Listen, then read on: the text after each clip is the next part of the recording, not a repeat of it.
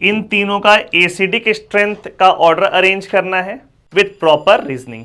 देखो ये वाला क्वेश्चन देखते के साथ किसी बच्चे के दिमाग में जो चलेगा वो हम पहले बताते हैं आप लोग को। वो स्ट्रेट अवे चलेगा कि इसमें से सर एक H+ अगर हम लोग निकाल दें, एक लॉजिकली जो बच्चा सोचेगा, तो ये वाला H निकाल देंगे तो यहां पर क्या बन जाएगा, यहां पे बन जाएगा ऐसा।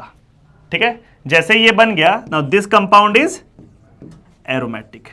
एकदम स्ट्रेट अवे यही आएगा दिमाग में। बोलो, इस वाले केस से अगर हम एक H+ निकाल दिए तो ये क्या बन जाएगा, ऐसा है, और यहां पे आ गया minus charge, which means this is non aromatic. यहां तो कुछ है ही नहीं, कुछ रेजोनेंस ही नहीं है, नो रेजोनेंस है ना। और ये वाले केस से अगर आप एक H+ निकाल दिए तो ये बन जाएगा ऐसा। Now this compound is anti aromatic. ये सब लोग को दिख रहा है कि नहीं, एंटी एरोमेटिक। तो एक नॉर्मल बच्चा इस तरीके से क्वेश्चन को बनाएगा और वो बोलेगा कि सर एरोमेटिक मोस्ट स्टेबल होता है, एंटी एरोमेटिक लीस्ट स्टेबल होता है, ये बीच में होता है, इसलिए इसका सही आंसर क्या होना चाहिए, इसका सही आंसर होना चाहिए कि सी जाएगा टॉप में, फिर कौन जाएगा, बी, बोलो, फिर क्या जाएगा, ई। ठीक है, इतना स्ट्रेट अवे काम होता तो इस सवाल को उतना वेटेज हम नहीं देते। ये आंसर गलत है।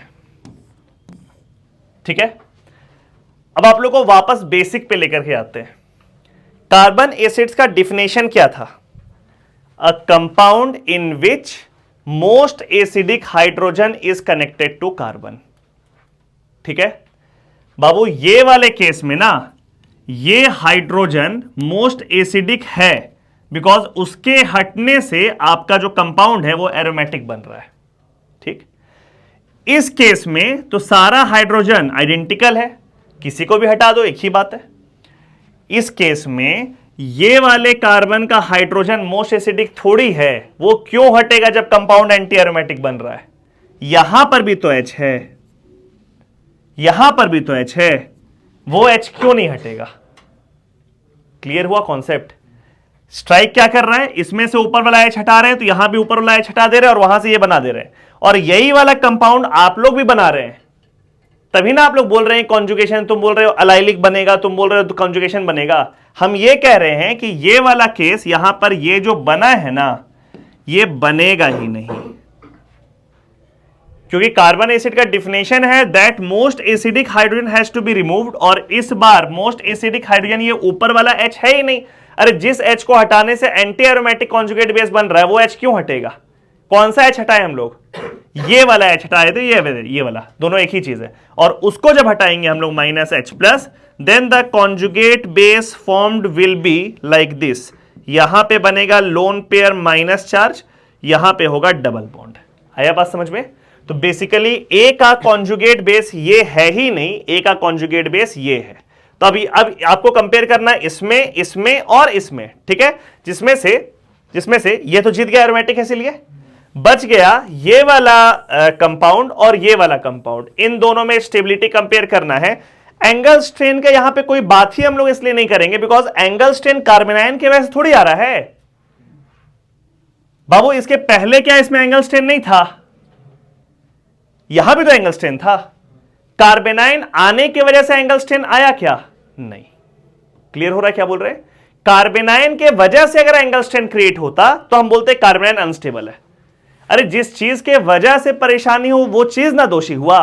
यहां पे कार्बेनाइन के आने की वजह से एंगल स्ट्रेन हुआ क्या, खाली ये जवाब दो। अभी इस कार्बन का हाइब्रिडाइजेशन क्या है, sp2, अभी भी sp2 है। तो क्या कार्बेनाइन के आने की वजह से एंगल स्ट्रेन हुआ, नहीं। इसीलिए एंगल स्ट्रेन कोई रीजन यहां पर है ही नहीं। ठीक है, तो क्या रीजन देंगे हम लोग इसमें और इसमें कि भाई यहां पे जो कार्बन नेगेटिव चार्ज है वो sp3 वाले कार्बन पे नेगेटिव चार्ज है, और यहां जो नेगेटिव चार्ज है वो sp2 पे नेगेटिव चार्ज है, इसलिए sp2 पे नेगेटिव चार्ज ज्यादा स्टेबल होता है। That means C is most acidic, उसके बाद A और उसके बाद B। रीजन क्लियर है। C का कॉन्जुगेट इज एरोमेटिक, और A और B में अगर कंपेयर करें तो angle strain will not be a reason because carbanion के आने की वजह से एंगल स्ट्रेन नहीं हुआ है। ठीक है, यहां पे रीजन क्या है, हाइब्रिडाइजेशन। क्या रीजन है, ये वाला कार्बन sp3 हाइब्रिडाइज्ड है, ये वाला कार्बन sp2 हाइब्रिडाइज्ड है, और sp2 पे negative charge will be more stable है।